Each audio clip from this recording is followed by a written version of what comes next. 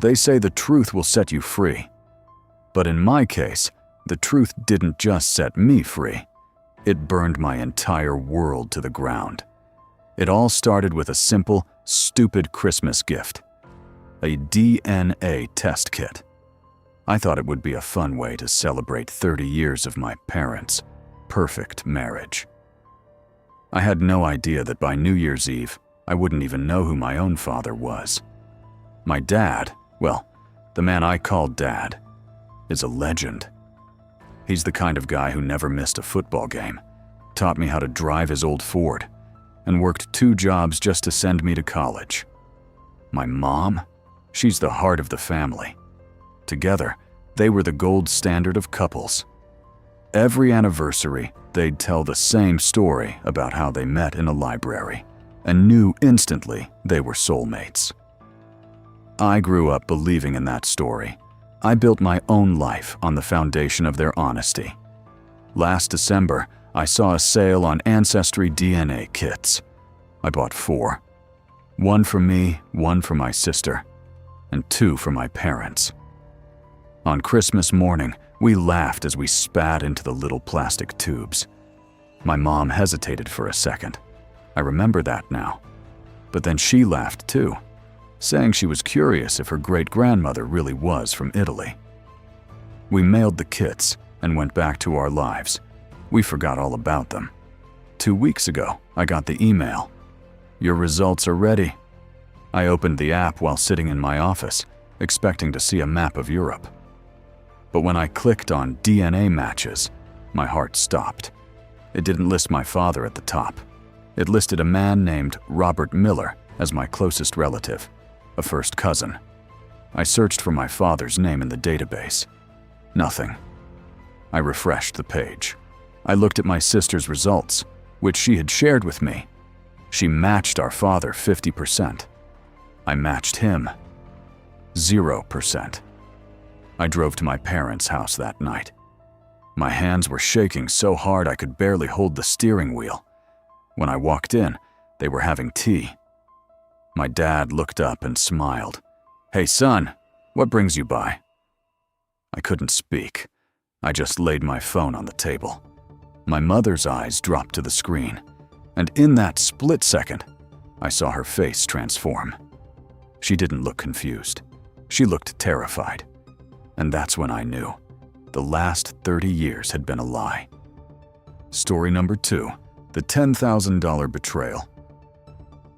They say loyalty is a 2-way street, but in the corporate world, it's usually a 1-way dead end. I worked for my boss, Gary, for 8 years. I was the first one in and the last one out. I helped him build his firm from a 3-man basement operation to a multi-million-dollar company. I thought we were friends. I was wrong. 2 months ago, Gary called me into his office. He looked sad, even squeezed out a fake tear. He told me the company was restructuring and my position was being eliminated. I was devastated. I have a mortgage and a family. But then, a week later, I found out the truth from a friend in accounting. Gary didn't fire me to save the company. He fired me because my salary was the only thing standing between him and a $10,000 quarterly bonus. He traded my 8 years of loyalty for a $10,000 check. What Gary forgot was that I was the only one who had the admin passwords to our main legacy server, and I mean the only one. When I left, I didn't delete anything. That would be illegal. I just didn't leave the instructions on how to bypass the new security update I had installed 2 days before I was let go.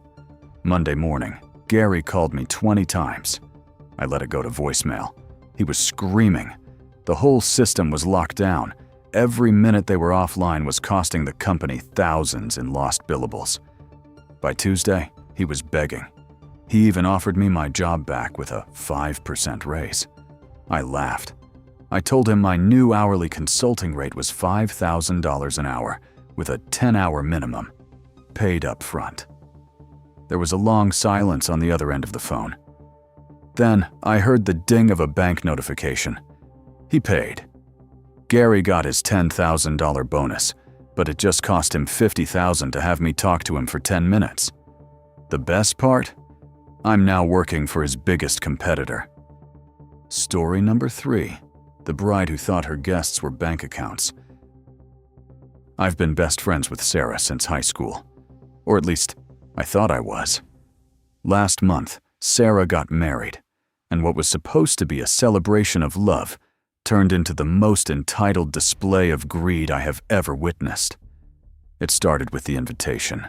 There was a note at the bottom that said, "In lieu of gifts, a mandatory attendance fee of $200 per person is required to cover the cost of the venue." I was shocked, but Sarah told me that since it was a luxury wedding, the guests should help invest in the experience. Against my better judgment, I paid. But it didn't stop there. 2 days before the wedding, Sarah sent out a mass text.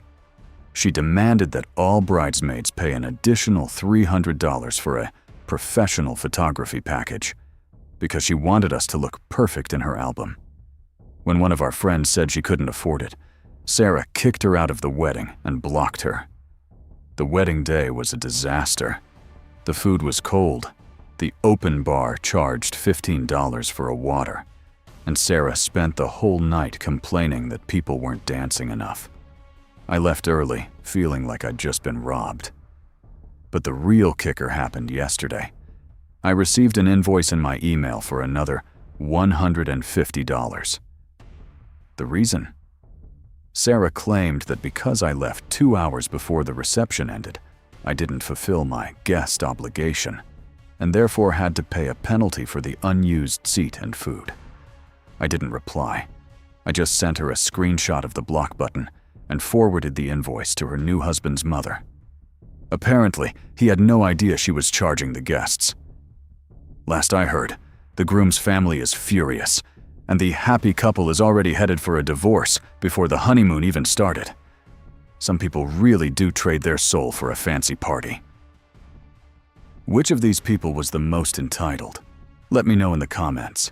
And don't forget to subscribe for more crazy stories.